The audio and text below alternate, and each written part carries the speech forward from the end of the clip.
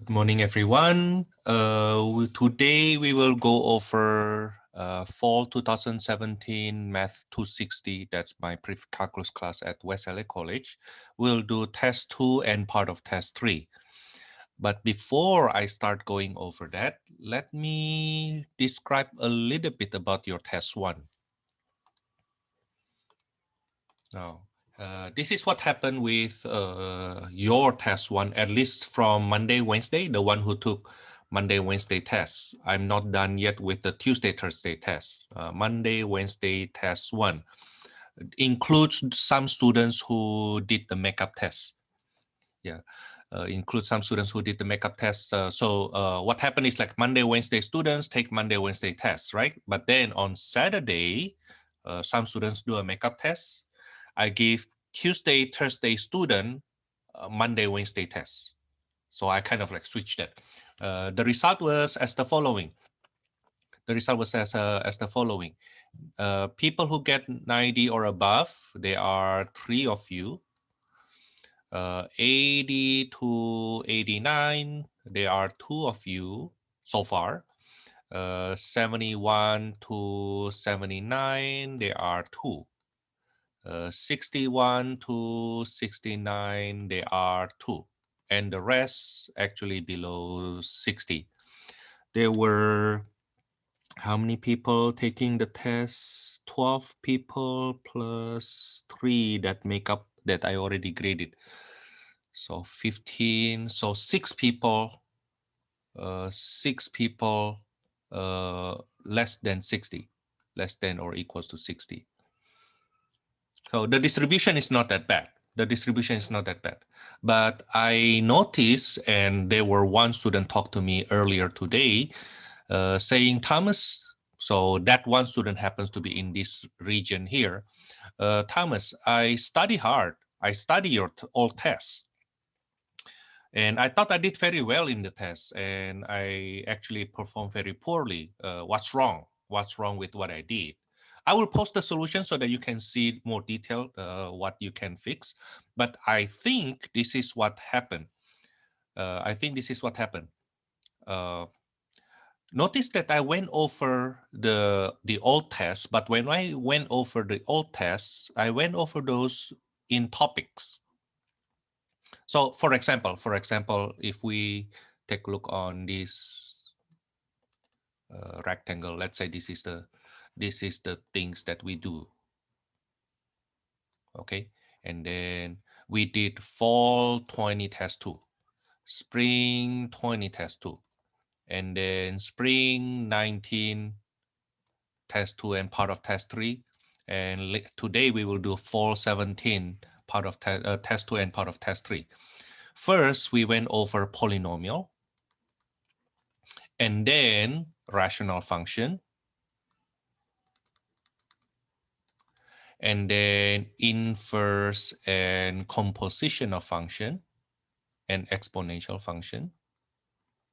Okay, actually, let me break it up. Exponential function in separate column. Now, the way we studied that was in this order. When we did the review, we did this. Deng, deng, deng. We did a polynomial first, right? That's on March the 29th. And then March the 31st, we did the rational functions. And on Monday, we went over this. Deng, deng, deng, deng, deng, deng. So if you notice that when we studied that, even when we went over that in class, we went over topic by topic. And then this, and then this, and then this. We never really do it straight, all 4 topics in one test. We never really do it that way. And the reason I asked you to study it at home for this fall 17, the one that we will go over today, because I need you to actually experience going over all those topics at once. Do you see what I mean? Okay. Now, so I think what happened to some of you who didn't perform well, including those who get only 61 to 69, I believe you can improve. Okay. I'm happy with these people here. Okay, and the one here, so. I have to be honest. I'm not that happy if you get 71 to 79, but not sad also. It's just like, well, okay, but I really think you should aim for a better one. Okay, now I think the reason that some of you actually fell below 70 is because even if you study, you happen to study them topic by topic only, but never really get exposed to all of them at once. Okay, now the way you study, not only for this class though, not only for this math class, for other math class in future, when you study for your test, you first study by topics. You first study by topic, especially if your instructor actually give you the sample test, right? Okay, now then go over them yourself. Go over them yourself. What I meant is this: today we will do 417. Okay, now then if you have time, you go back to 420 tests and then do all of them at once without cheating from my solution. After you're done, then you cheat and fix yourself. Okay, now then you do spring 20 again. Okay, and if you dare, you can try getting my old test that I didn't go over yet. But at least go over the test that I went over already on your own. Okay, now first try to get it right. Second, the speed, doing it fast enough. Okay, not super fast. You have 2.5 hours. You have more than enough time. But what I don't want to happen is you end up spending too much time studying during the test, because I let you do open book, right? Open book, open notes. So please, please, please, this is the first time I do this kind of going over all tests in my class, and it benefits actually 3 classes, not only 2 of my Santa Monica class, but also my West LA College class. You know, and again, I do expect a much better result than what happened here. Okay, yeah. Some of you disappointed with your grade, and that's rightly so. Okay, and trust me, I am disappointed to some of your grade also. Not disappointed in the sense that, oh, you are bad, no, you're not studying. No, that's not what I'm trying to. That's not what I'm feeling sad for. What I feel sad is this: I already invest enough effort to you, so I expect a good return from you. Okay, I am not an instructor who just like, you know what, if you do well, that's good. If you don't do well, whatever. No, that's not me. And I hope you can see that I'm not someone who want to waste our time for, like, remember, like I said, that instead of repeating the same lectures on Monday, Wednesday, and Tuesday, Thursday, let me just do something else, right? Why? Because I have you in mind. Okay, not me. If I want to be lazy, then I just prepare one time and then do it twice, do the preaching twice, right? But no, that's not benefit for you. Okay, we have a chance this semester to have extra benefit, and I record this going over these tests, not only for both of your sections, Monday, Wednesday, and Tuesday, Thursday class, but also for my West LA College class and for our future Santa Monica Precalculus classes. Right? So in future, I don't need to do this anymore because they already have at least 4 different sets of previous tests that I went over. You see? Okay. So please, please, please do better in your tests too. You may study hard, but you also need to study right. Okay. And studying hard in math never means you just see me do things. No, you have to do it on your own. You have to do it on your own. That's the real study. Seeing me watching my lecture, seeing me doing the test, it's not considered studying. It's just like watching TV, watching movie. Yeah. Okay, it makes you think a little bit, but if you don't think, that's fine. The movie still go on, right? Do you realize that? Okay, you have to do it on your own. That's why there's no such thing called read your math.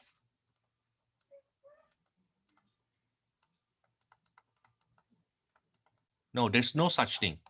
It's do your math. You study your math from working on that, from doing it.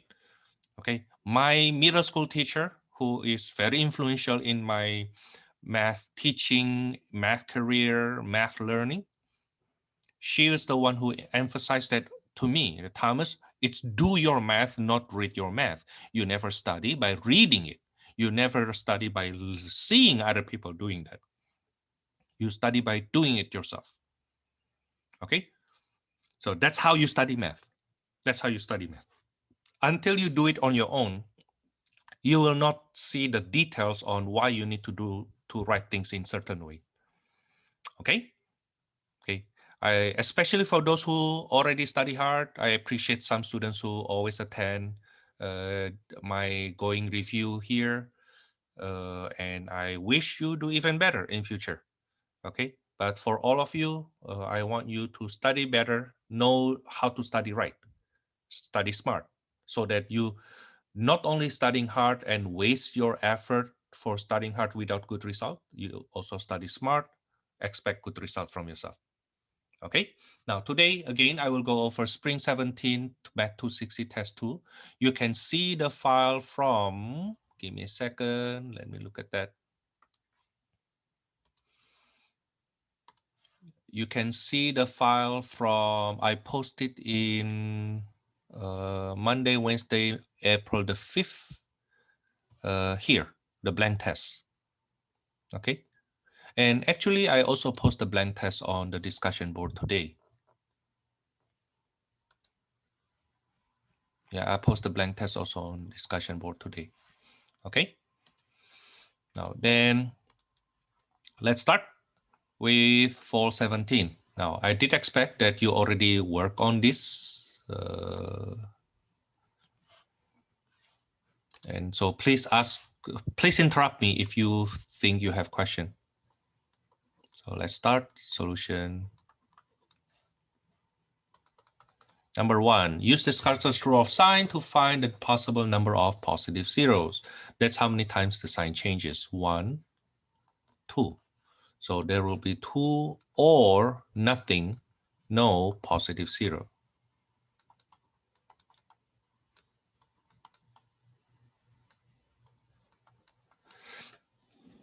Oh, by the way, another thing, because we went over similar question in the past, I believe I have a tendency to go a bit faster. Now, if you think I'm a bit too fast, slow me down.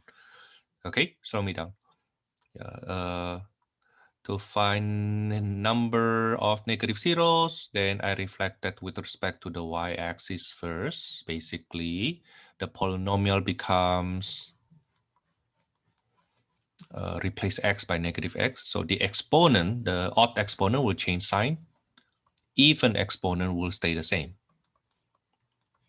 Because you replace x by negative x, right? And then simplify, that's what will happen. And then see how many times the sign changes. 1, 2, oh, there are 2 or 0, negative 0.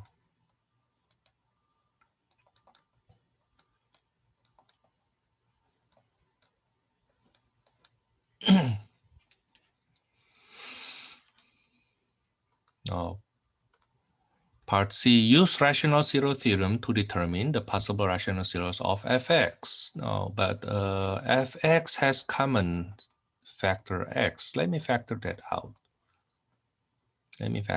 So I get x to the 4th minus 2x to the 4th minus 3. Oh, I'm sorry, cube minus 3x squared plus 4x plus 4. So the possible rational zeros are, don't forget the 0. 0 is a rational number. Okay, 0 is a rational number. But that 0, this 0 as a rational number here, will not be feasible from here because you factor that out, right? Now, if you don't factor that out, then your constant will be 0. Okay, and the possible rational 0 will be just 0. Okay, so no. Rational zero theorem says this. Rational zero theorem says that if the constant is not 0. Okay, if the constant is not 0 and all the coefficients are integers. Okay, then the possible rational zeros are the plus minus of the factors of the constant over the factor of the leading coefficient. Okay, so the possible rational zeros are 0, plus minus 1, plus minus 2, plus minus 4. Okay, now we already have x equals 0 as a 0.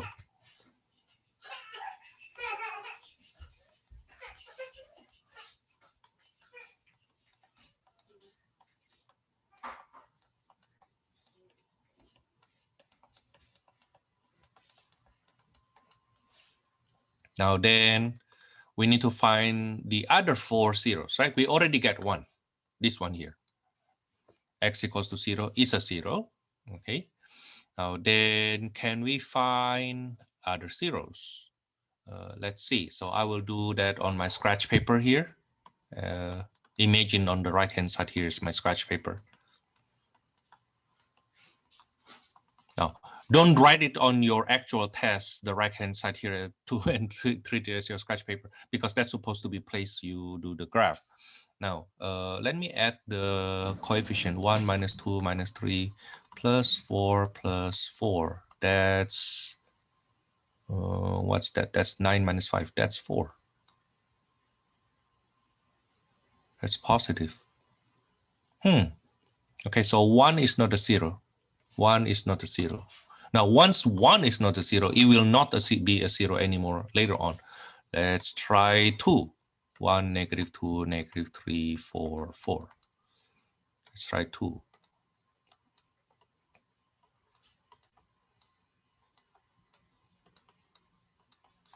Okay, 2 is a 0. Put it here. 1, negative 2, negative 3, 4, 4. The one in blue is my formal work that I will submit to my professor later on.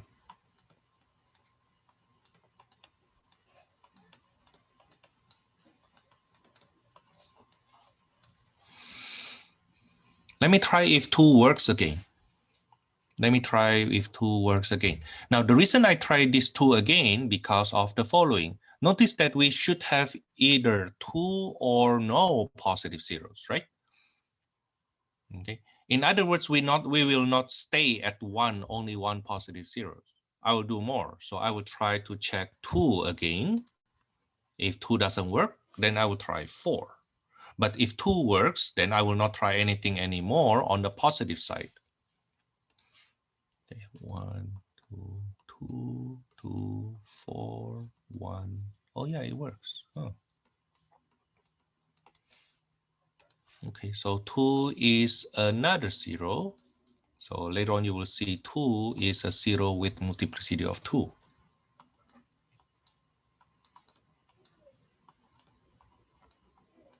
So at this point we have x squared plus 2x plus 1. Set it equals to 0. Oh, that's a completed square with multiplicity of 2. Okay, so the zeros are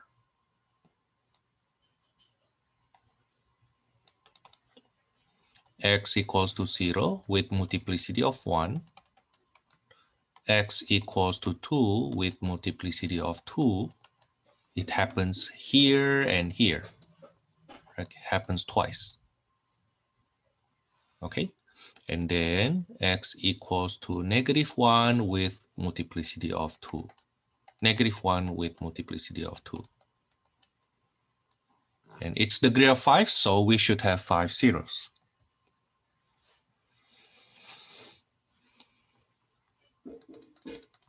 Let me erase this.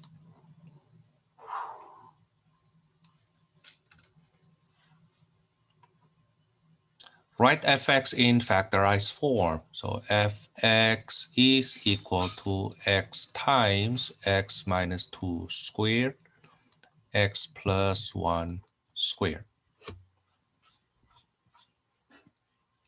List the Y-intercept and X-intercept. Y-intercept is 0, 0. X-intercepts are 0, 0, negative 1, 0, 2, 0. Use syntactic division to find f negative 2. There will be 1, negative 2, negative 3, 4, 4. Don't forget, the constant is 0. Okay, don't forget this part, the constant. Remember the degree is supposed to go down, descending one by one, right? And if you have any skip, you need to put a placeholder. Now it turns out here, the skip is at the constant. So make sure you put that 0 as a placeholder. Now we will divide by x plus 2.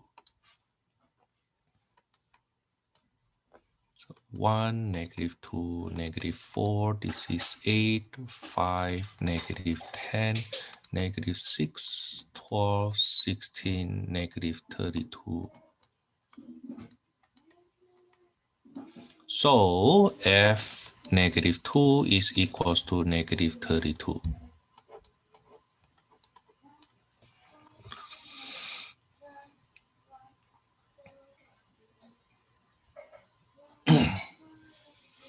Determine the far end behavior of fx. The coefficient is positive, the degree is odd, so it will look like this. Okay, or we just say that's bottom top in my class. Now for other teacher, they may want you to actually be more explicit. They may want you to say as x going to very far to the right, fx goes to positive infinity. As x go to negative infinity, very far to the left, the function will go to negative infinity. That's for other teacher, okay? But in my class, you can just use the one in blue. As long you know what it means in green, okay? Can I write the green one, Thomas? Yes, go ahead. Then part I, sketch the graph below, label the x-intercept and y-intercept. You don't need to graph it to scale. In fact, it is impossible to graph it to scale while still keeping the x and the y-intercepts. Okay, no, don't try to graph it to scale. Okay, you just need to give me the sketch of the graph that give us the x and y-intercept and how the graph behave in the far end behaviors and around the zeros. Okay, around the x-intercept, we have x-intercept 0, 0. That's also our y-intercept. 2, 0, and negative 1, 0. Okay, it comes from very far, go down there, and that one it will go up there, right? Now, and at negative 1, 0, it is a 0 with multiplicity of 2, so it bounds. At origin, it is a 0 with multiplicity of 1. At 2, that's a 0 with multiplicity of 2. So the graph approximately looks like that. Okay. Now, in your calculus class later on, around chapter 3 or maybe chapter 4, then what you need to do is to find the coordinates here. The coordinates of the maximum and the minimum point. Local maximum, local minimum point. That's what you will do in your calculus. What we do here is to find x-intercept and y-intercept, the shape of the graph around the x-intercept and far end behavior. Okay, you know what? Let me give me a second. Let me delete this so that it doesn't take too much of my memory, my computer memory.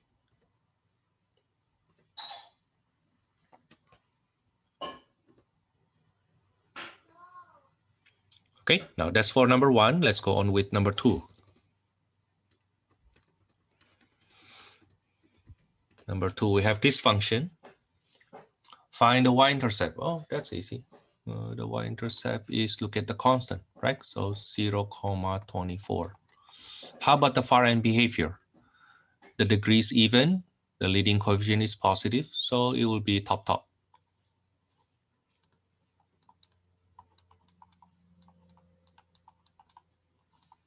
In other words, as x goes to very far to the right and very far to the left, plus minus infinity, the function will go to infinity.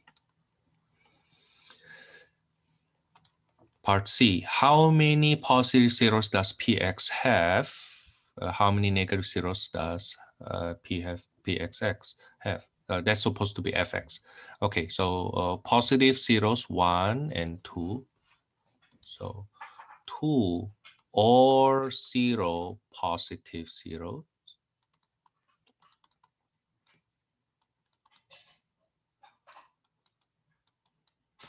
Now for the negative zeros, I need to see what happened to f negative x. Replace x by negative x and simplify. You will see it simplifies to this.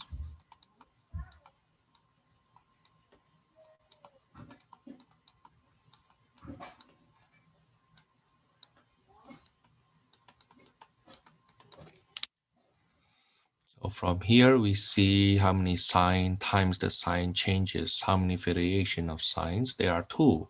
So there will be 2 or nothing negative zeros.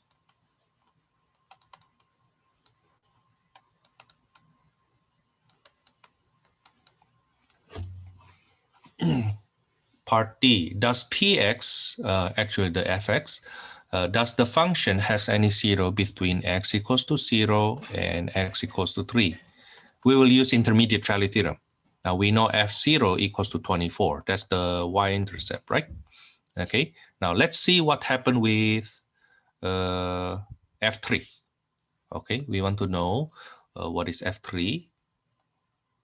I will use synthetic division.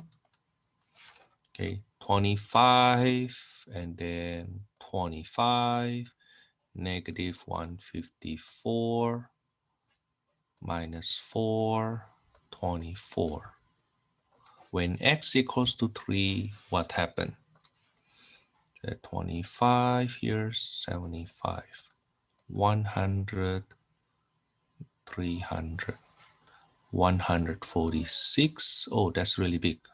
This is 438.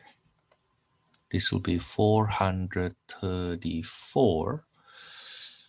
This is 1,200 something. 1,200, actually 302. So this is 1326. Am I right? 12, 1. So F3 is 1326. Okay, so because they have the same sign, then we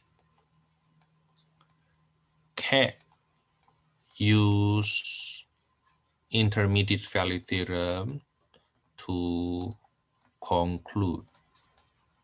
So we can only use intermediate value theorem to conclude that there's no zero between two axes if the function, the value of the functions turns out to be opposite signs, one of them positive, one of them negative. But because here they have the same sign, both of them positive, f0 is positive 24, f3 is positive 1000 something, then we cannot conclude there's no zero because of the following. Okay, if you take a look on the graph, right? Okay, f0 is 24 and f3 is 1000 something, right? Now it is possible that the function has no zero at all. It doesn't have x-intercept in between, but it is also possible it has even number of zeros. You see what I mean? Okay, so either no zero at all in the positive side between between 0 and 3, or there are 2 between 0 and 3. Now, we know for sure from this last synthetic division that the last row is all positive. The last row is all positive. So we say, at least at the back of our mind, that from boundedness theorem says, boundedness theorem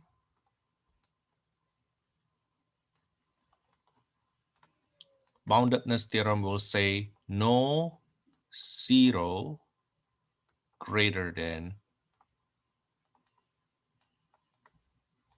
x equals 3.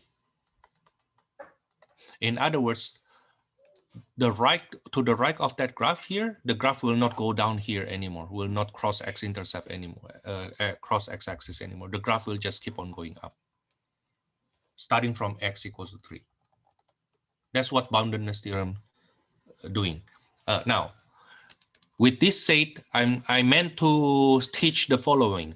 Even though the question is about intermediate value theorem, but in between you did synthetic division, right?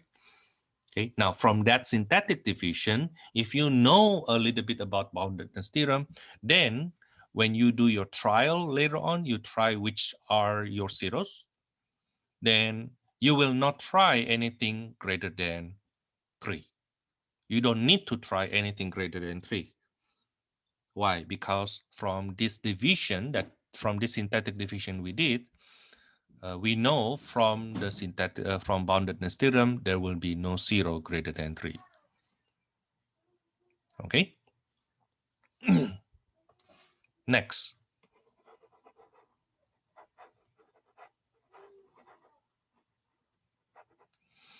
List the possible rational zeros. The possible rational zeros, C is plus minus the factors of 24. 1, 2, 3, 4, 6, 8, 12 over factors of 25. 1, 5, 25. Wow, that's a lot, huh? I need to list them though. I need to list them out. Plus minus 1, plus minus 2, plus minus 3, plus minus 4, plus minus 6, plus minus 8, plus minus 12. And then, let me do it this way.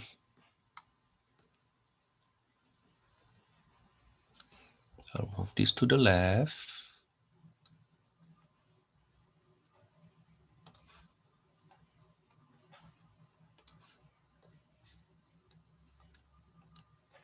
And I will move this up.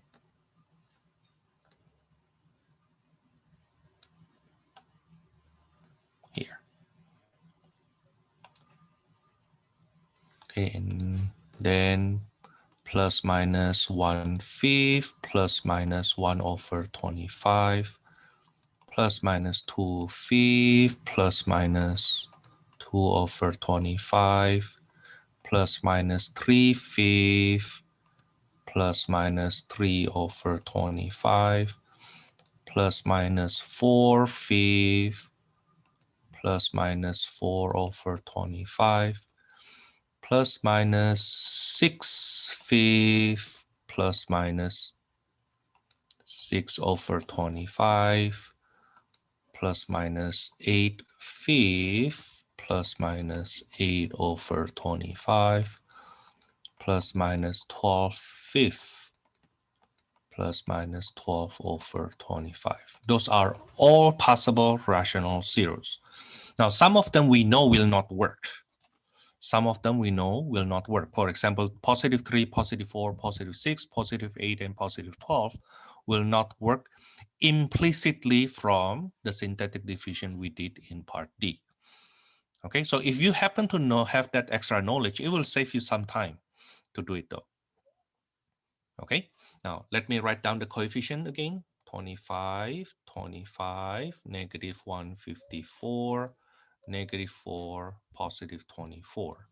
the sum of the coefficients here, the sum of the these numbers is not 0. So for sure, 1 is not a 0.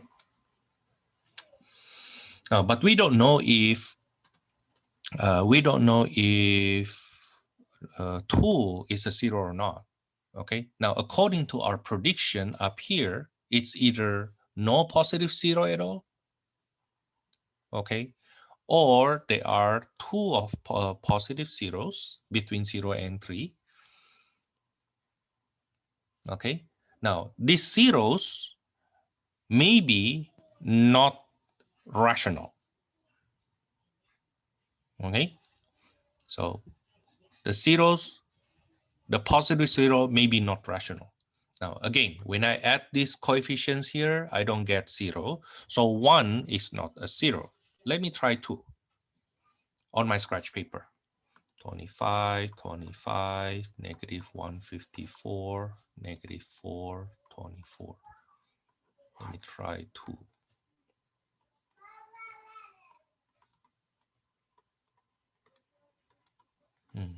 I have some hope here.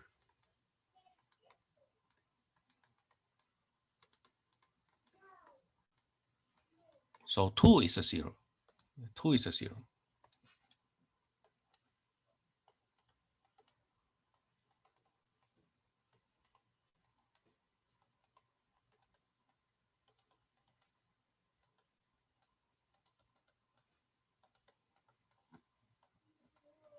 Yeah, 2 is a 0. Now, is it possible that 2 is another 0? Maybe. Let's try. I say maybe because 2 is a factor of 12 over a factor of 25. 2 can be seen as 2 over 1, right? This 2 here is a factor of 12, and this one is a factor of that 25. So it is possible. Okay, let's try again. Maybe not though. I don't know. Let me just try to, let me try it here. Let me try 2 again. No, I don't think so. It's very positive already.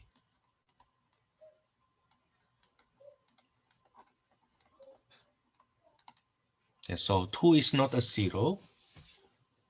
2 is not a 0 of multiplicity of 2. Only happens once. And there's nothing more than 2. So earlier from here, we know that it's no more than 3, right? Now we can update that no more than 2. Okay, let's try other number then. If 2 doesn't work, what will after this?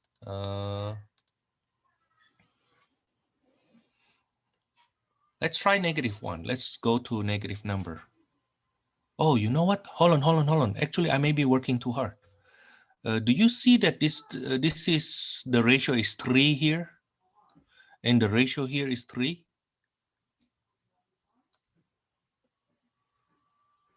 So this is already degree of, this will be degree of 3. And with this kind of ratio, you see 25 times 3 give me 75. -4 times 3 give me -12, right? So we must be able to do this by grouping. Yeah, we must be able to do it by grouping. So this is 25x cubed. Maybe I write it this way. So x minus 2. So this fx is equal to x minus 2 times 25x cubed plus 75x squared minus 4x minus 12. And we can go on with factorization by grouping. So 25x squared being factored out, minus 4 times x plus 3. So this is x minus 2 times x plus 3 times 25x squared minus 4. Now, the thing is, if you keep on trying from this list here, it will take you basically forever to find that.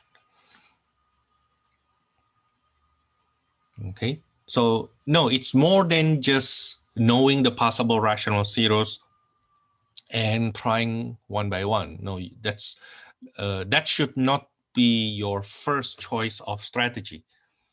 Okay, keep your eyes open of all possible trick, all possible maneuver.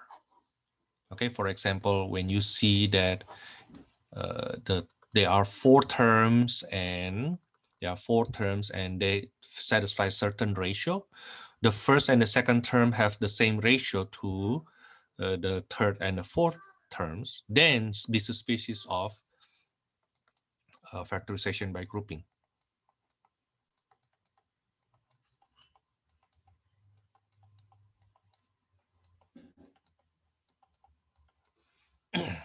So now we have the zeros are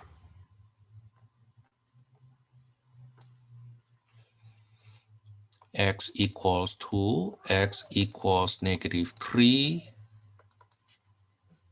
x equals -2/5, x equals +2/5, and all of them multiplicity of 1.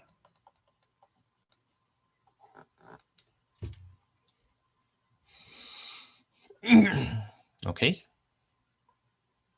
Next, what are the x-intercept of this function? The x-intercepts are 2, 0, -3, 0, 2/5, I believe. Yeah, 2/5 and -2/5. 2/5, 0, -2/5, 0. What is the factorized form of this function? Now, remember, when you write it in factored form, the leading coefficient has to be outside. This guy here should be out. Okay, and then that will be x minus 2, x plus 3, x minus 2/5, x plus 2/5. Now, basically what I did was the following. From this factor form here,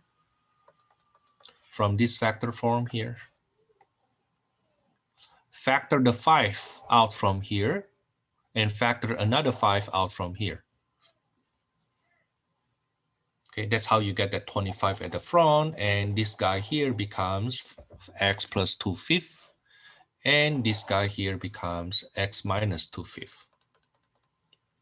Okay, now factored form has this pattern, the factored form of a polynomial. You have leading coefficient outside, and every factors here must be x plus or x minus something, x plus or x minus something, not 5x minus 2. No. Not 5x plus 2. No.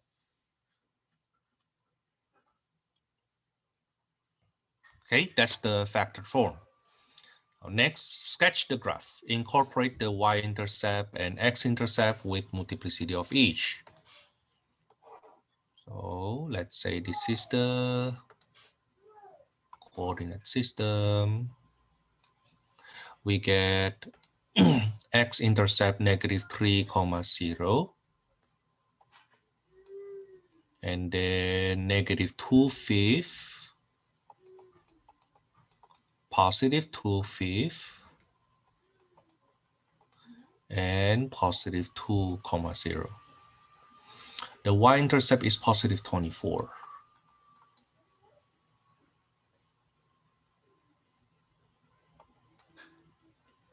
So when I pull the graph, each of them is multiplicity of 1, right? So it will be like this.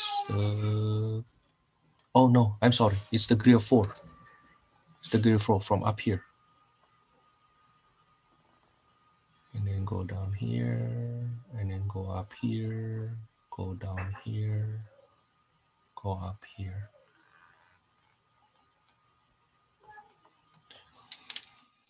You can do on your scratch paper the sign graph. Okay, you can do on your scratch paper the sign graph. Oh, by the way, to add some pain into the graph. Okay, you know that you have 3, 1, 3, 2, 6 from part D.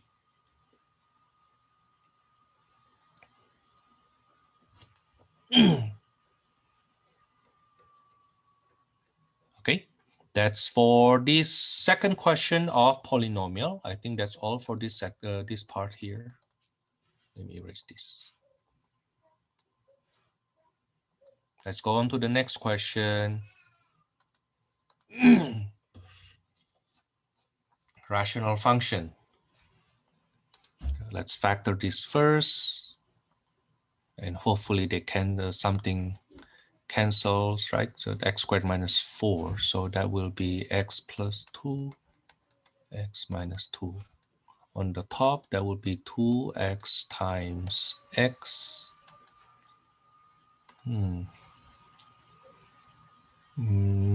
Plus 3 minus 1. So nothing cancels. Huh. Okay, great. So the domain will be all real numbers except 2 and negative 2. The y-intercept will be 0, negative 3 over negative 8 or 0, 3/8. How about x-intercept? That's 1/2, 0, negative 3, 0. See, once you factor them, these are all something coming automatically. Horizontal asymptotes is y equals to leading coefficient over leading coefficient because the degrees are the same, right? In other words, the horizontal asymptote is y equals to 1. How about vertical asymptotes? X equals to negative 2, x equals to 2. Have you imagined like around 3 weeks ago, you can answer all this question basically, like this 5 question, basically in 2 minutes. Okay, yeah. I'm not saying that, oh, you know what, Thomas is so good. No, it's not about Thomas. It's about how we approach the problem, okay? We went over them quite slowly and deeper at that time. Now, once we know what to do, it's really just look at the factored form, okay? So your ability to do well in rational function depends heavily on your ability in factorizing polynomial. Okay. Now I had a class in the past, a college algebra class at East LA College, whose textbook has degree of 5 on the top and degree of 5 at the bottom. In the textbook. Now I don't think I will do that. I don't think I will do that in this class. Okay. But basically that textbook incorporate what you learn in polynomial and put it together in the rational functions. Now, the thing is, to do that in a test will be too heavy, because if you don't know how to factor one of the polynomial, you basically fail that question for that rational function. That's why I don't want to do that. Okay, how about the sign graph? We have x-intercept 1/2 and 1/2 and negative 3. Those are the x-intercepts. Okay, and then for the singularity, things that you avoid from the domain, it's 2 and negative 2. Now, when you do your sign graph, you are not only dealing with the sign plus minus here, but you also need to take care what happened at the critical numbers. You have to put that in. That's part of the sign graph. That's part of the sign graph. Okay, I hope that explains why I don't really like to use the approach in our textbook, because our textbook only focus on the signs, but not the actual sign graph that you will use later on in calculus. In calculus, you will use this sign graph. That's why I teach you this way. It's like there's no point of teaching you one type of sign graph in precalculus and another type of sign graph in calculus, while they are actually just the same thing. One of them has more detail. Okay, you need to put that what happened there. Now, going back, we know that the y-intercept is positive. So when x equals to 0, that's positive. That's positive 3, 8, right? And then, and then all the critical numbers has multiplicity of 1. So I change the sign, I change the sign, I change the sign, I change the sign. Okay, that's the sign graph. Okay, let me delete the color. That could be distracting.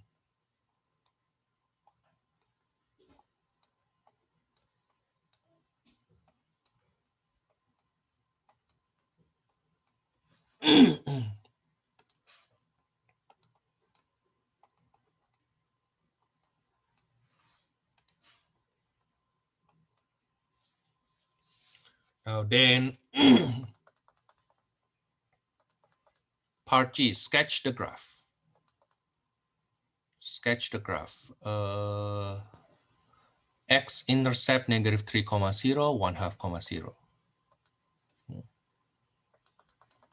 Negative 3, 0, 1/2, 0.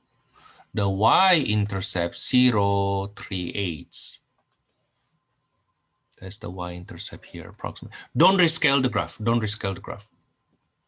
Okay, don't rescale the graph. And then the vertical asymptotes are x equals negative 2 and x equals to positive 2. Vertical asymptote. So we have vertical asymptote here.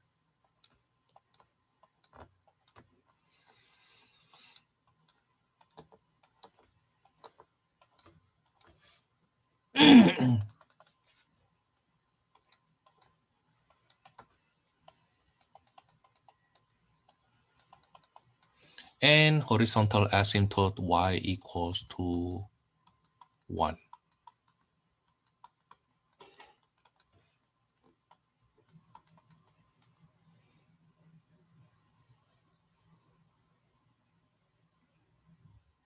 Okay, now from here we can see that compare with the sign graph, to the left of negative 3 is positive. To the left of negative 3 is positive. So it should look like this.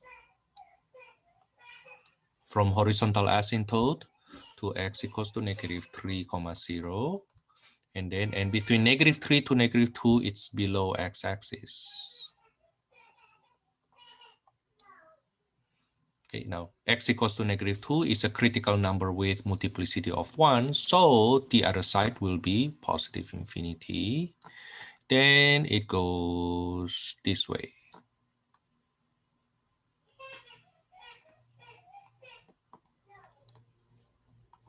Okay, and then the one here, it will look like this. Yeah, you can compare that with the sign graph.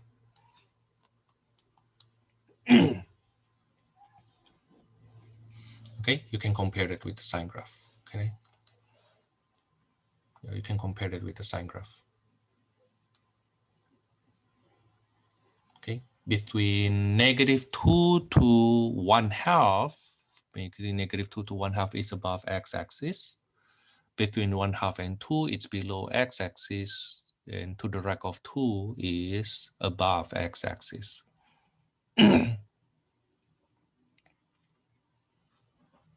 Now, we can do more things. If you want to get extra credit here, then you can ask yourself to find horizontal asymptote intercept,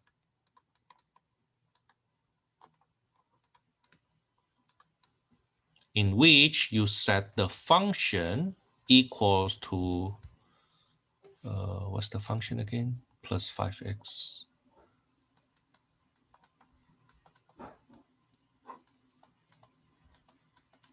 You set that equals to the horizontal asymptote. So you get 2x squared plus 5x minus 3 equals to 1 times 2x squared minus 8. Now 2x squared cancels, so I get 5x minus 3 equals to negative 8. So 5x equals to negative 5. Is it right? Oh, so x equals to 1. Oh, so the horizontal asymptote intercept is, no, x equals to -1, I mean. -1. So horizontal asymptote intercept is -1, 1. We get the x is -1, but horizontal asymptote is y equals to 1. Okay, so the coordinate here, let me fix a little bit. So the coordinate, we have a coordinate there that is actually going through -1, 1. So it looks like this, approximately. Okay, that also implies this is the horizontal asymptote intercept, -1, 1. Let me just not writing it, but I bubble it right at -1, 1. Now this also confirms that this also confirms that there is no other horizontal asymptote intercept. Okay, before we do this thing in green, the one in green, we have no evidence that the graph does not look like this. You see, the graph here maybe look like this, going up a little bit and go down. Or the one here maybe go down a little bit and then go up, right? We don't have such evidence before we did the green one. But once we're done with this green one, hey, we have only one horizontal asymptote intercept. Okay, so there's no horizontal asymptotes here. No, there's no horizontal asymptote here. Horizontal asymptote intercept there. No. Okay, so it must be what we did earlier was correct. Thomas, do we need to do this horizontal asymptote intercept in your test? If I ask you, then you have to do it, right? If I don't ask you, then you don't have to do it. Okay, but if I don't ask you yet you do it, then that's where I give you 1 extra point. Okay, now there was one time, this is I think it was like a couple years ago.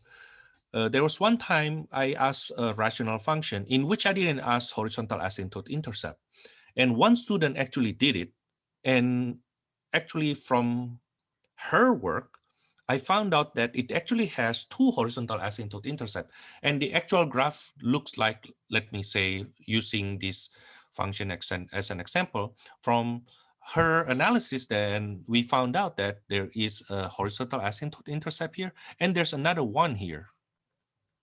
So not only I gave her 1 extra point, because she actually fixed her graph also to incorporate that other horizontal asymptote intercept, I gave her actually 2 extra points.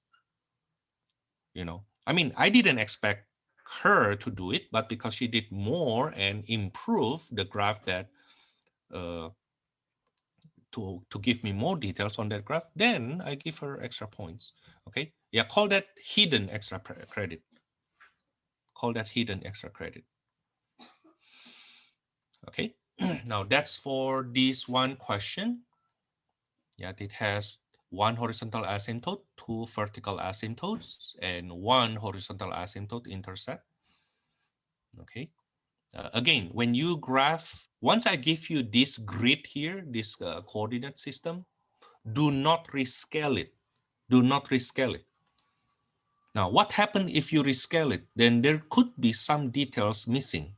For example, if you rescale it by 2, right, then this will be your x-intercept, and nothing can be seen to the left of that. The graph is too big, like that. Okay, you zoom it too much in. So again, when I give you this coordinate system, do not rescale it. Just keep one unit, one rectangle, one square as 1 square unit. Number 4. Let this function be this. We need to factor. So you see this? Okay. Let me teach you how to know that a polynomial has a degree of 3 can be done using grouping. You see the ratio? 1 to 2. 1 to 2. Now, if you see that kind of pattern, then it is factorable by grouping. Okay? Yeah, it's factorable by grouping. Now, of course, in this case, the degree is actually decreasing 3, 2, 1, 0. Right? But it is possible that you can use do factorization by grouping if it were 4, 3, and then 2, 1, like that. The degrees, degree of 4, degree of 3 means that it has common factor x cubed, right? But the ratio is still 1 to 2, okay? And then 2, 1, for example, like that. Well, anyway, we can do factorization by grouping on the top here. That will be x squared times x plus 2 minus x plus 2 over x plus 2, x minus 2. Go on further, this will be x plus 2 times x squared minus 1 over x plus 2, x minus 2, which will be x plus 2, x plus 1, x minus 1 over x plus 2, x minus 2. Now, then the simplified version will be f star will be x plus 1, x minus 1 over x minus 2 for x not equals to negative 2, undefined when x equals to negative 2.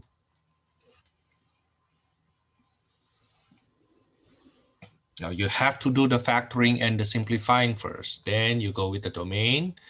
The domain is all real number except the 0 of the denominator. The y-intercept, that's 0, negative 2 over negative 4, that's positive 1/2. The x-intercepts, we look at the 0 of the numerator of the simplified version. That is negative 1, 0, 1, 0. Now, do not include negative 2, 0. Why? Because it is undefined there. Okay, because it is undefined there. See that we avoid x equals to negative 2. Right? Okay, so even though it is the 0 of the numerator, it is not in the domain. Vertical asymptote, only one vertical asymptote, because the other one becomes a whole. Okay, so x equals to 2. That's the vertical asymptote.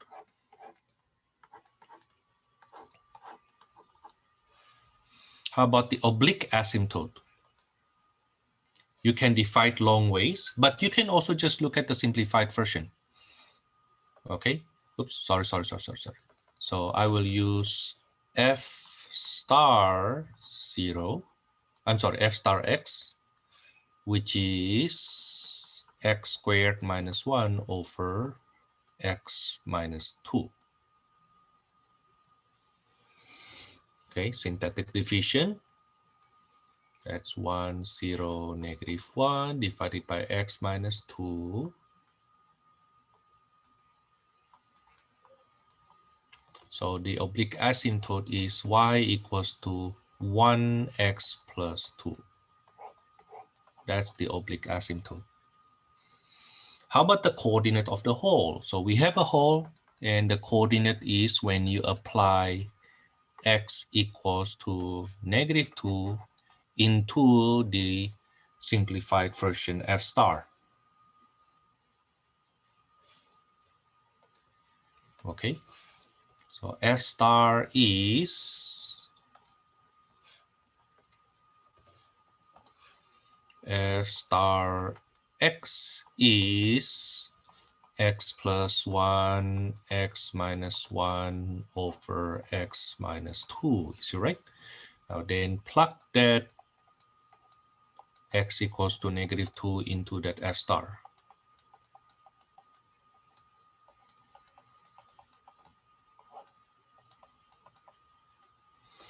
That is -1 times -3 over +4, or -4. So that will be -3/4. So the coordinate of the whole is -2, -3/4.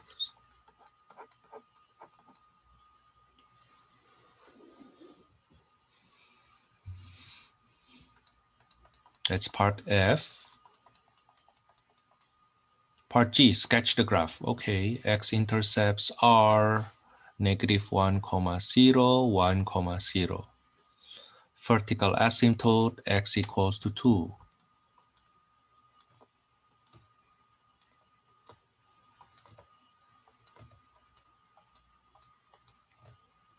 And then oblique asymptote, y equals to x plus 2. X plus 2, the slope is 1, the y-intercept 0, 2.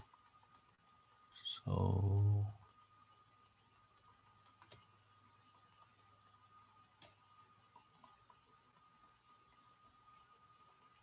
that's the oblique asymptote.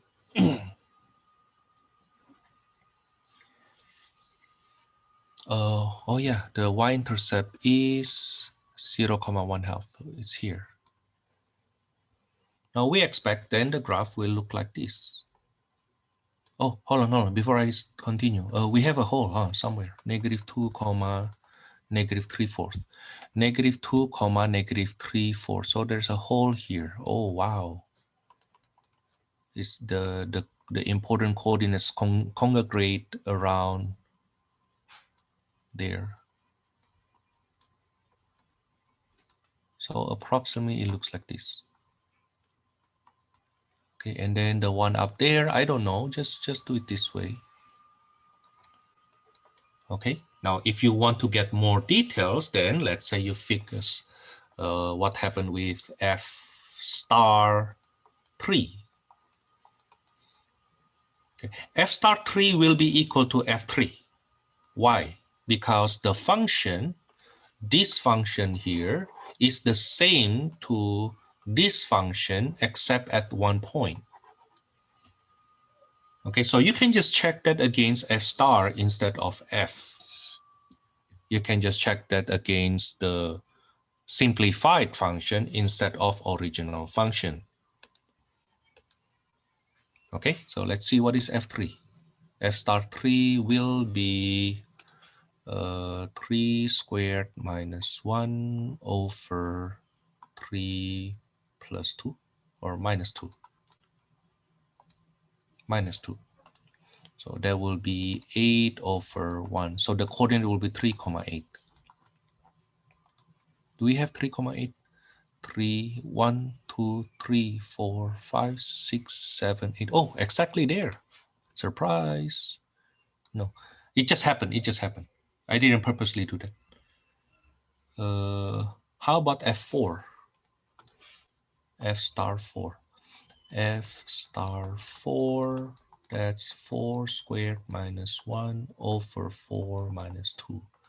That is 16 minus 1, 15 over 2, that's 7.5. So the coordinates 4, 7.5. So it is approximately here. So I guess my approximation earlier was good enough. Yeah, but you don't need that though. You don't need that. You just need to give me something here like that. That's good enough. Okay, that it comes from vertical asymptotes and it goes to slant asymptote. That will be good enough. Now, if you want to put more details, that will be great. Okay, but for that one, I don't give you extra points. You want extra point? Check this one.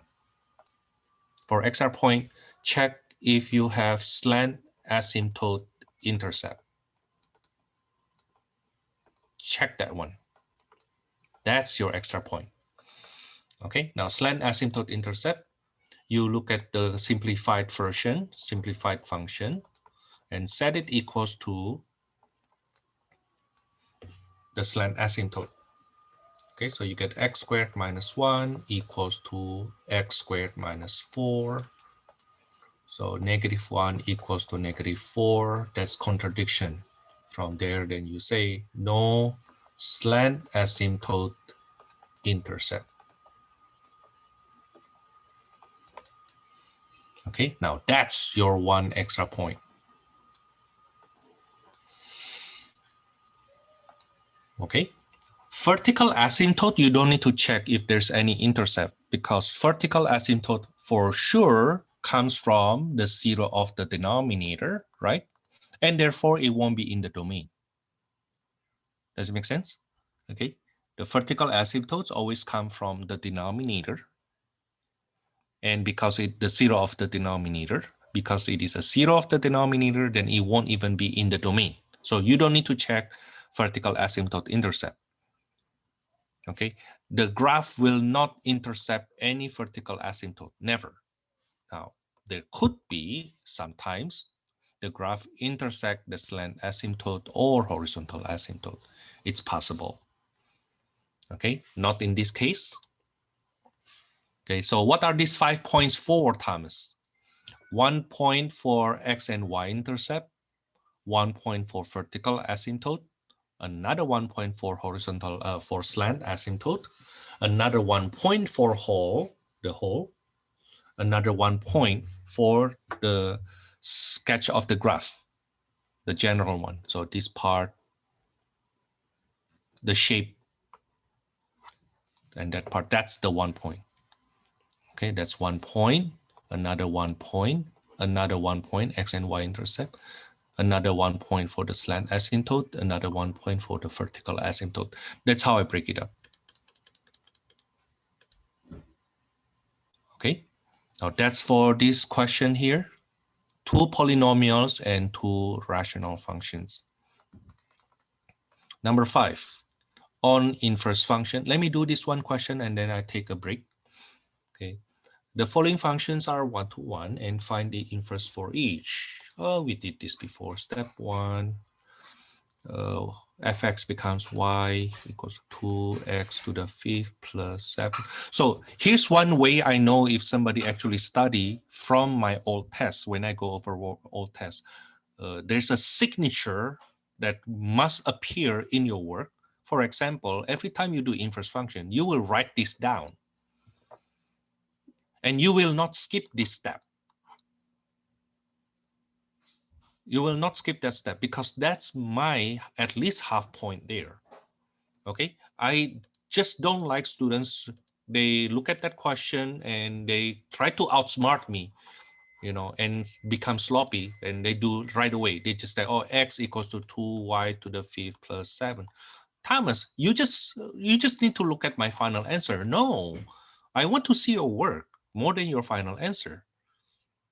Okay, the final answer. If all I care your final answer, I will not give you that big space. Okay, just do your work on your scratch paper and show me your work, your final answer here. But no, that's not my intention. My intention is I want to see your work. Okay, so show me the work. Okay. Now this is y equals to 2x to the 5th plus 7, 2. X equals to 2y to the 5th plus 7, 3. And then I solve for y. X minus 7 equals to 2y to the 5th divided by 2. And then do the 5th root.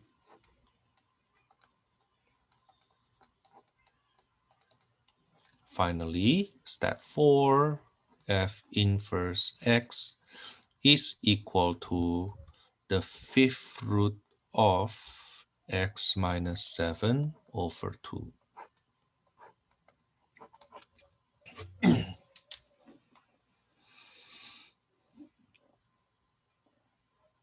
Now, what happened to part B? Step 1, y equals to 2x plus 7 quantity to the 5th minus 9.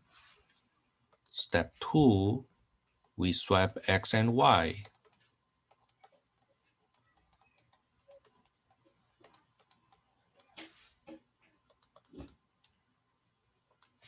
And step 3, x plus 9 equals to 2y plus 7 to the 5th. Do the 5th root now.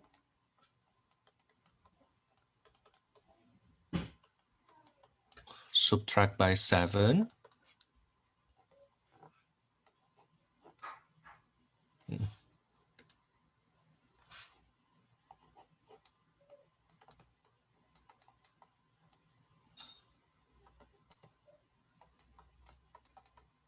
And then divide it by 2.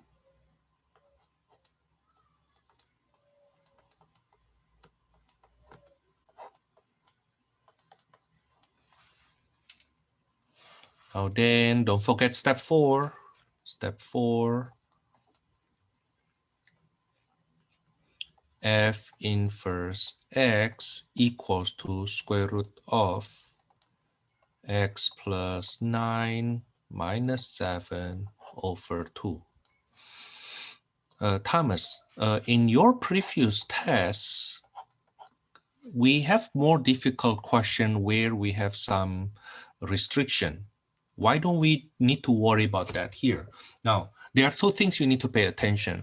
First one, if they tell us a restriction here, let's say the restriction is x is greater or equals to 1, then you need to follow that restriction further. Okay, so this becomes y greater or equals to 1, and so on and so forth. Now, usually we do that restriction if the function originally not 1-to-1, and restricting that will make it 1-to-1. Okay, but if we don't have restriction originally and the function is already 1-to-1, then we don't need to worry about it. Okay, this function is already 1-to-1, even without restriction. Okay, now another thing you need to pay attention is in your final answer. Is your final answer 1-to-1 function? Is your inverse function 1-to-1? Okay, now if your inverse function is 1-to-1 and you don't have any restriction since the beginning, then don't worry about the restriction. Okay, if your function is not, your inverse function is not 1-to-1, let's say x squared plus 2, then you need to look back and look for a restriction you're supposed to have originally such that this becomes 1-to-1. Okay, but apparently in part A and B here, we have no such issue. And in fact, we don't have such issue also in part C. So you can say that you may feel number 3 and number 4 here is actually harder compared to other tests, but my number 5 is on the easier side. Okay, the inverse question. So step 1, y equals to 2x plus 3 over 5x plus 7. Step 2, swipe the x and the y.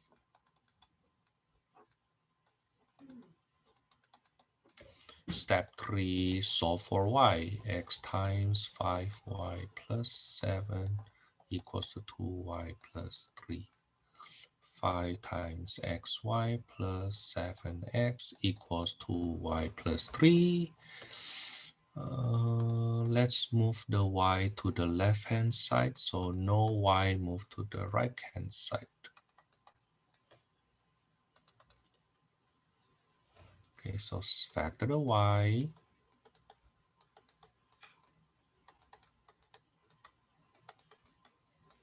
And then divide by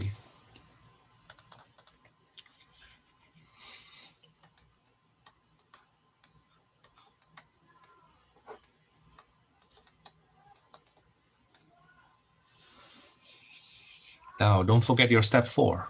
The inverse function therefore is negative 7x plus 3 over 5x minus 2.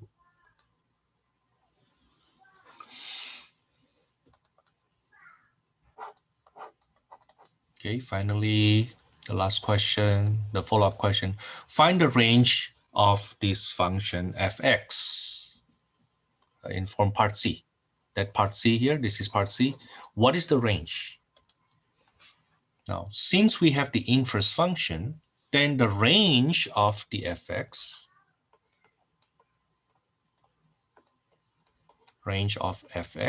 is equal to the domain of the inverse function, which is all real numbers except 2/5.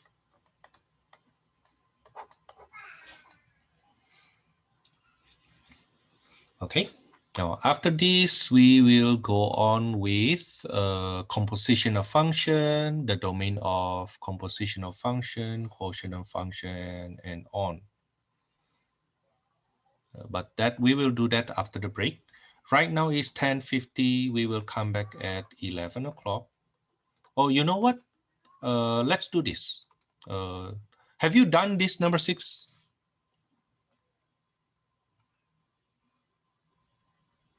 Now, if not, then we come back at 11:10. I want you to do this first. Okay. A, B, D, E. Just do A, B, D, E, the composition function and the domain of that compositional function, the ratio of the function, and the domain for the ratio of that function. Okay, so we take a break until 11 o'clock, and then after that, I would like you to continue working on these 4 problems here, A, B, D, E. Okay, and then 11:10, I will go over this.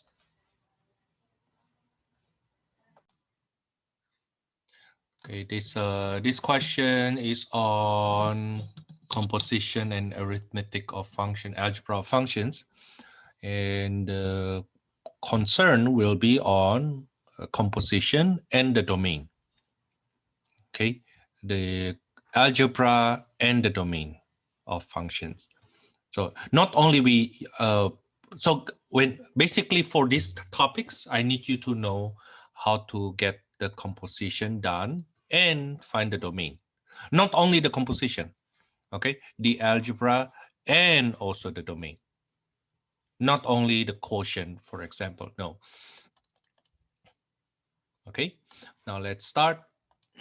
F compose G is f of G of X. That's f of 2 over x minus 5. That is 2 over x minus 5 minus 1, big over 2 over x minus 5 plus 3. Simplify by multiplying by the LCD.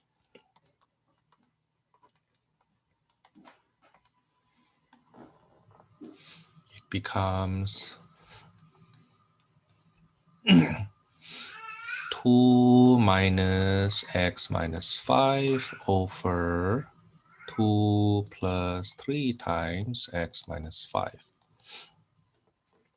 That is 2 minus x plus 5 over 2 plus 3x minus 15. That is negative x plus 7 over 3x minus 13. Oops, I say 13, I write 15.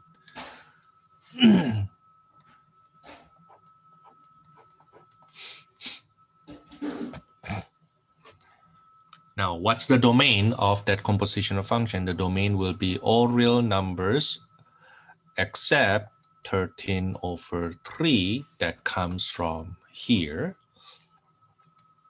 But you also need to avoid the number avoided by G, which is 5.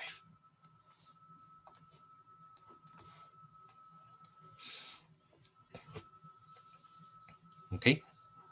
Basically, 5 can't even go into G, right? 5 cannot get into G, so it won't be able to go into F compose G.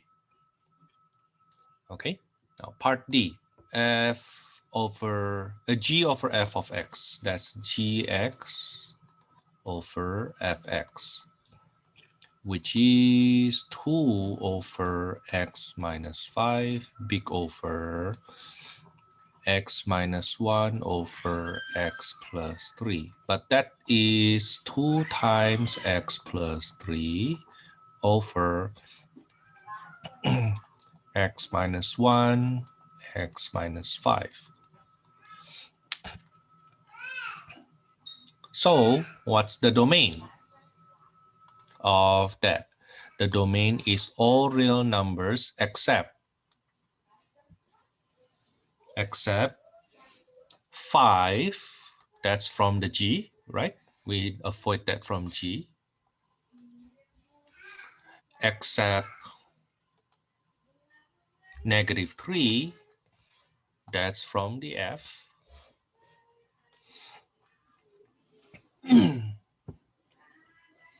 And then we also need to avoid the 0 of the denominator.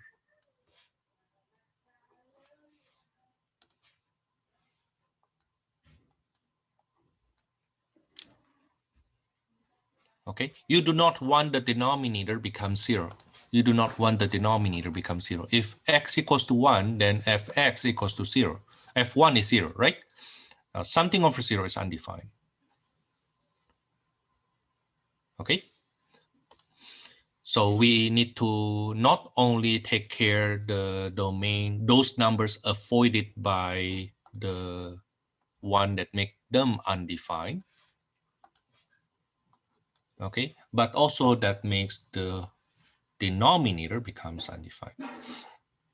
Now, the good thing is you can see, you happen to be able to see this from here.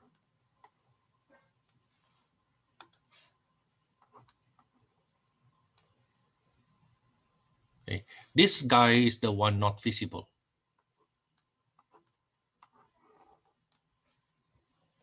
Now, I am not saying we need to avoid the 0 of the numerator. No, we are not avoiding the 0 of the numerator. We are avoiding this x equals to -3 because that actually originally coming from the 0 of the denominator of the denominator. The 0 of fx. The denominator of fx. Okay, so not because of that, not because it is the 0 of the numerator, but it is because it is the 0 of the denominator in that denominator. That's the reason. Okay, now let's continue the last question of this test. Find G compose F compose G. Now in part B, we already have F compose G. Now G compose F compose G.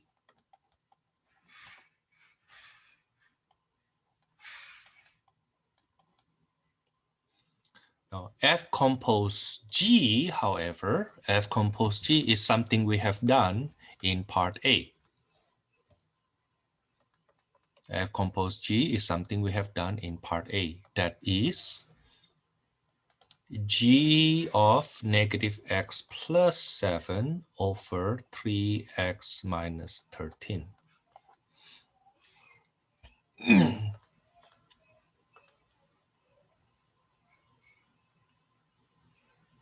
Is it okay? What is G again? 2 over x minus 5. So this is 2 over blah minus 5. Because G blah is 2 over blah minus 5. Right? Now then from there, we simplify, multiply by 3x minus 13 on the top and the bottom. Then we will get 2 times 3x minus 13 over -x plus 7 minus 5 times 3x minus 13. Then simplify 6x minus 26 over -x plus 7 minus 15x plus 65. That is 6x minus 26 over -16x plus 72. Oh, we can reduce this. So common factor, I don't need to multiply the 2 in earlier actually. And at the bottom we have common factor what? Common factor 8. Huh? Is it right? Yeah, 8. So I factor negative 8 out, I get 2x minus 9.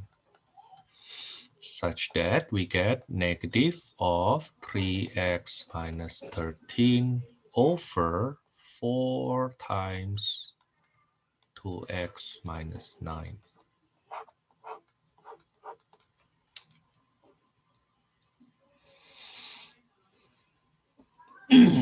Okay, now that's for this fall 17, which I finish.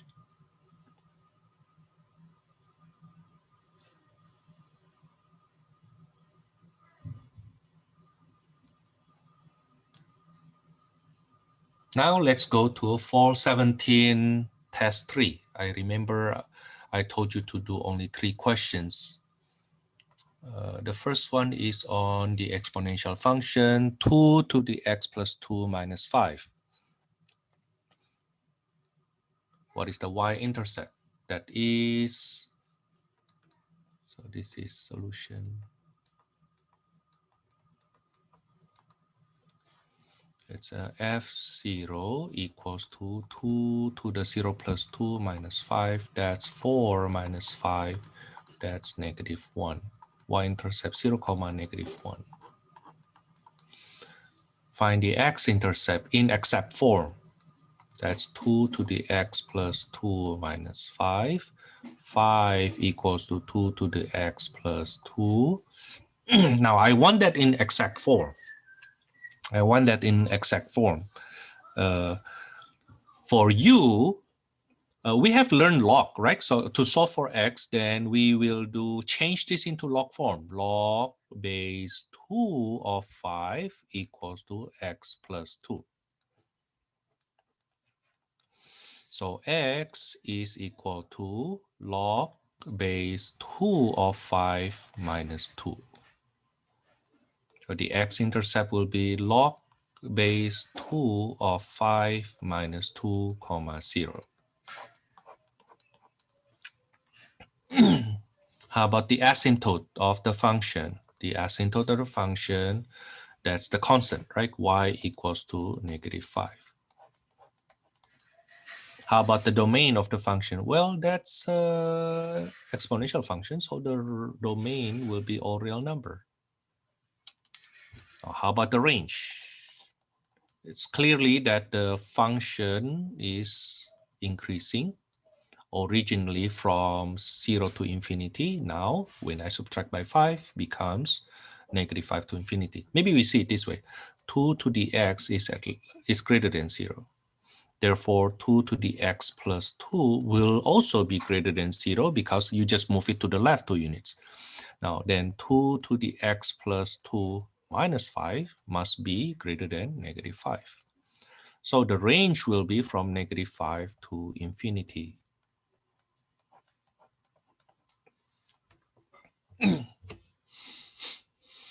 Okay, step 4, part F, graph it. So the horizontal asymptote is y equals to negative 5.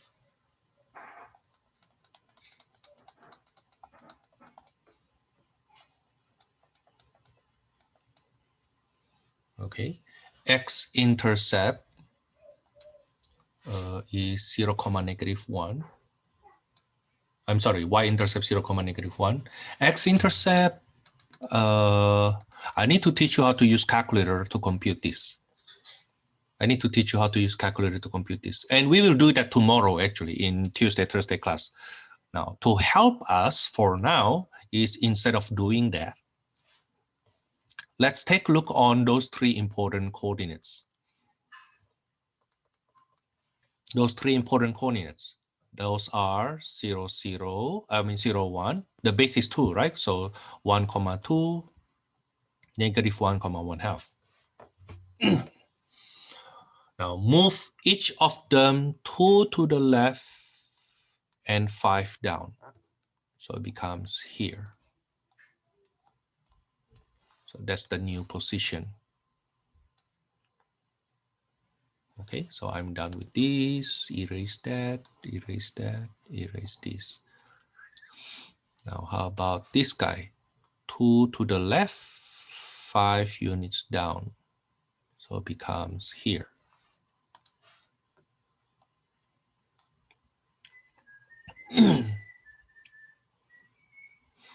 Erase that. How about this guy? 2 to the left, 5 units down. So it becomes here. Oops.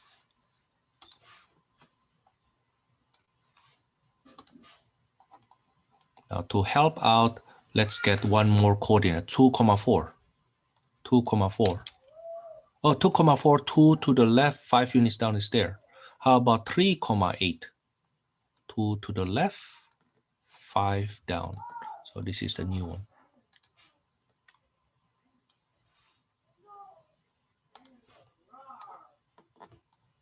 Now then when I connect these dots,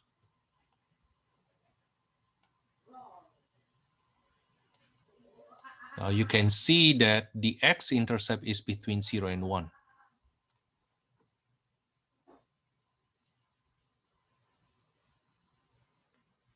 Right? The X-intercept is between 0 and 1. So that's our log base 2 of 5 minus 2, 0.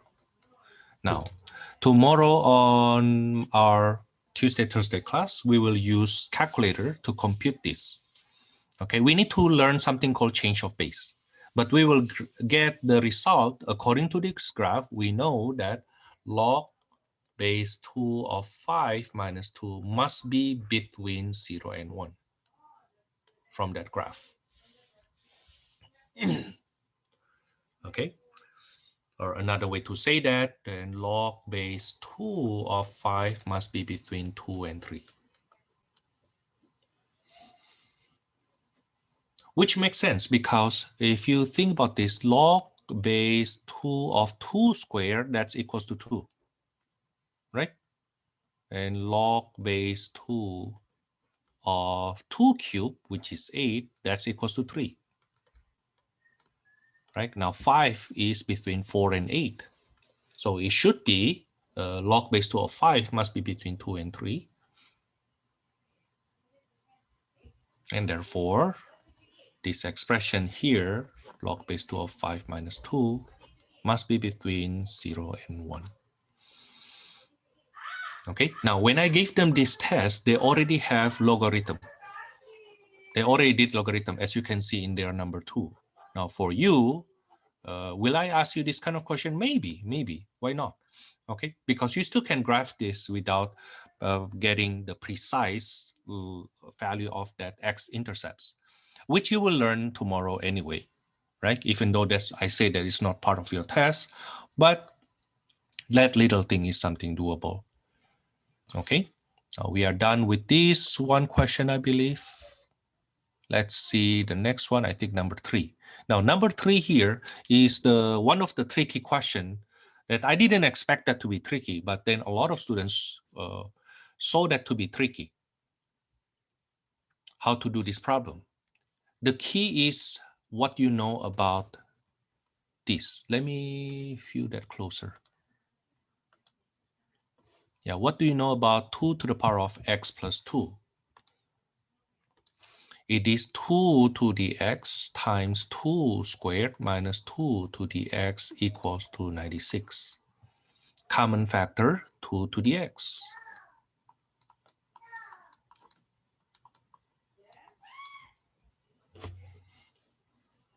Okay, so common factor 2 to the x comes out, right? So the 2 squared becomes 4, invisible 1 now becomes visible. A common factor 2 to the x.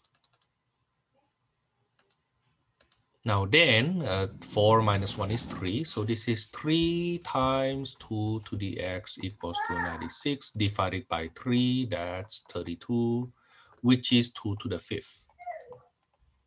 So x is equals to 5.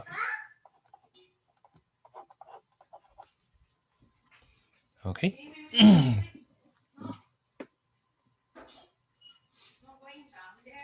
Now that's for number 3. Last one, number 7. Find the range of this function by first finding the inverse of this function. Now, notice that I didn't say by first finding the inverse function. No, I didn't say it that way. I didn't say to find the inverse function because this function, this fx here, is not one-to-one. This is not one-to-one. Okay? Because it is not one-to-one, then the inverse will not be a function. But the inverse still there, right? Okay, we still can find the inverse. Now let's try to find the inverse. To find the inverse, you will see you will need to go through step 1, step 2, step 3, but not step 4. You will do step 1, 2, 3, but not step 4. Step 1, y equals to x squared plus 4 over x minus 2. Let me make it a bit smaller. Step 2, I swipe the x and the y.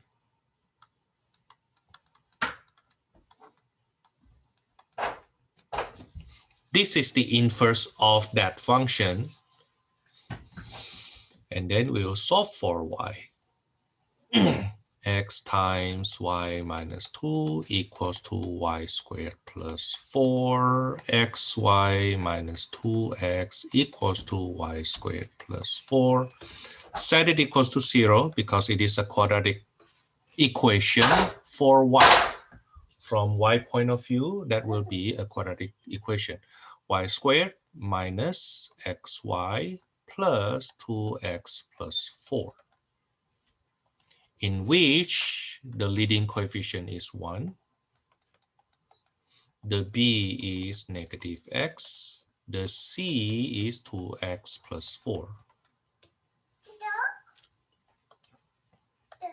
Okay, coefficient of y squared is 1, coefficient of y is negative x, and the constant is 2x plus 4. Okay, that's what we have. Now then from there, we had this, you have seen this question before, right? At least twice, as I remember. At least twice. Now then, to solve for y, I use, let me compute the discriminant first. Discriminant is b squared. This is not 0, this is a d. This is a d. B squared minus 4ac. That is x squared minus 8x plus 16.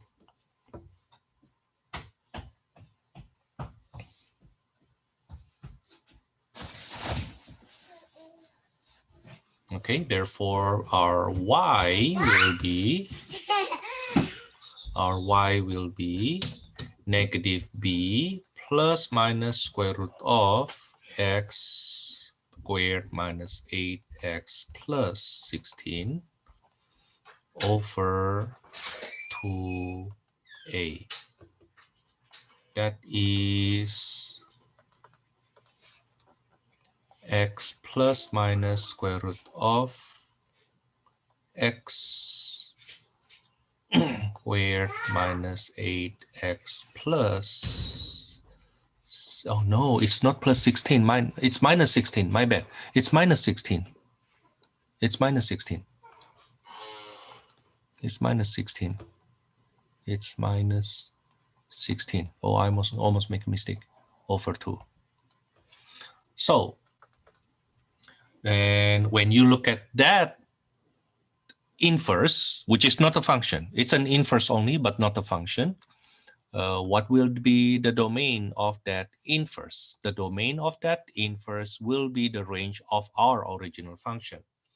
Now, that means x squared minus 8x minus 16 has to be greater or equals to 0.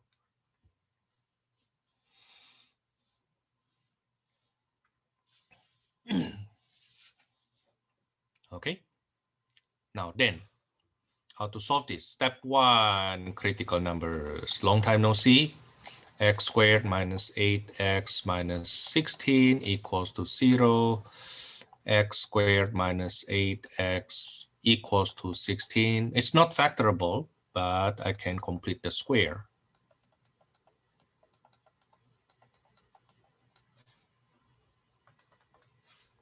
Okay, solving by completing the square. But you start with equals to 0, and then you complete the square. Okay, this is x plus 4 squared equals to 32. So x minus 4 equals to x minus 4 equals to plus minus square root of 32. So x equals to 4 plus minus 4 square root of 2. Now those are the critical numbers. Step 2, sign graph.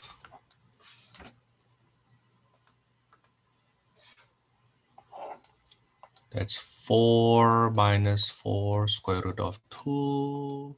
4 plus 4 square root of 2. Those are the zeros. The parabola opens up, so it's positive, negative in the middle, positive. And I need the positive part. So the range of the function is the domain of the inverse, which is from negative infinity to 4 minus 4 radical 2 bracket union 4 plus 4 radical 2 to infinity.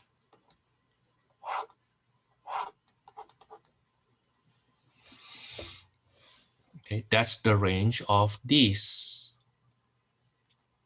function. Okay, now do not think that, oh, Thomas, can I just graph it and see what's the range? No, you won't be able, because you will get irrational number here, right?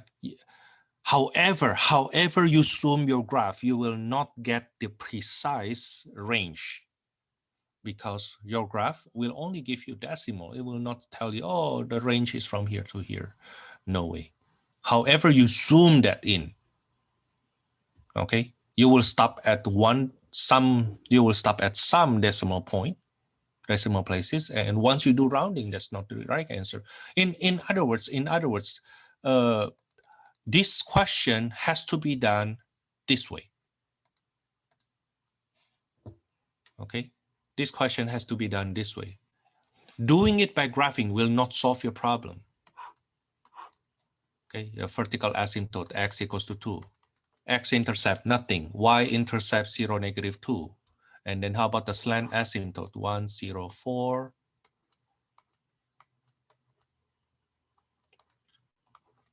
So the slant asymptote is y equals to x plus 2. Okay, but then if you only have this thing, no x-intercept, how do you graph that? The best you can come up with is this. That's the best you can come up with, right? But then where's the peak here? We don't know. Where's the valley here? We don't know. What's the minimum there? We don't know. Now, according to this computation, then we know the peak here, the y is 4 minus 4 radical 2, which if you use calculator, you will see it's not a rational number. Okay, it will be a long decimal. Okay, so no, it's not doable other way. This question is not doable other way. Unless you say that, Thomas, can I use calculus? Then yeah, if you use the derivative thingy, in which actually you will see you are working too hard. Okay, you're working too hard if you use derivative. The work will be quite tedious. Then no, it's not a good idea to use that method. Okay, Now that's for this fall 17 to 60 test 3. The rest are questions that involving trigonometry already and exponential function. So for your test 3, we will start from, let's look into your, so I'm done with the material. Okay, let me type here. That's solution for all, and this is solutions for number 1, 2, 1, 3, and 7. Now, what happened with your test 3 later on? This is for your test 2. For your test 3 later on, the material will be on, first on the log function,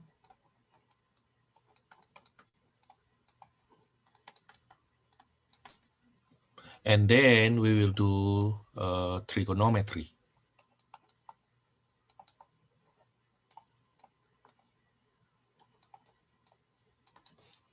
Okay, the basic trigonometry for the triangle, rectangle, linear speed, angular speed, and then basic trig functions and basic trig proving. Okay, this is where I will stop for today. See you then, how many weeks from now? 12 days from now. Next week we have spring break. So there will be no class for Monday, Wednesday, but we have class for tomorrow, right? So tomorrow is our the last class before we get into spring break. Okay, see you then on 12 days from now, in 12 days from now.